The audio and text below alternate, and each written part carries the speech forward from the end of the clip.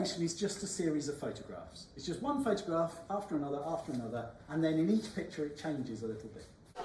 So we're here at the Gweithdai in Brecon. We're doing a Lego animation session open to young people and their families.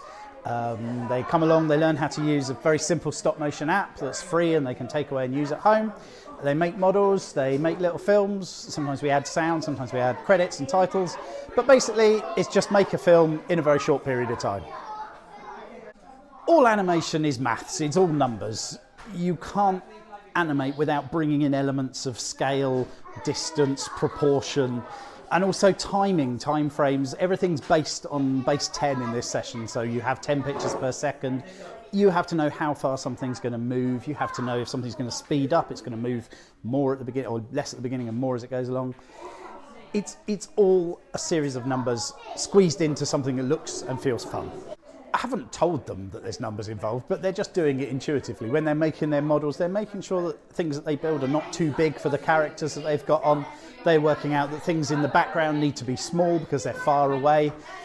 They know how to move things along. Lego's great because it's a series of rows and they can move, if it's moving fast, it can move 2 or 3 rows. If it's moving slowly, it can move 1 row at a time.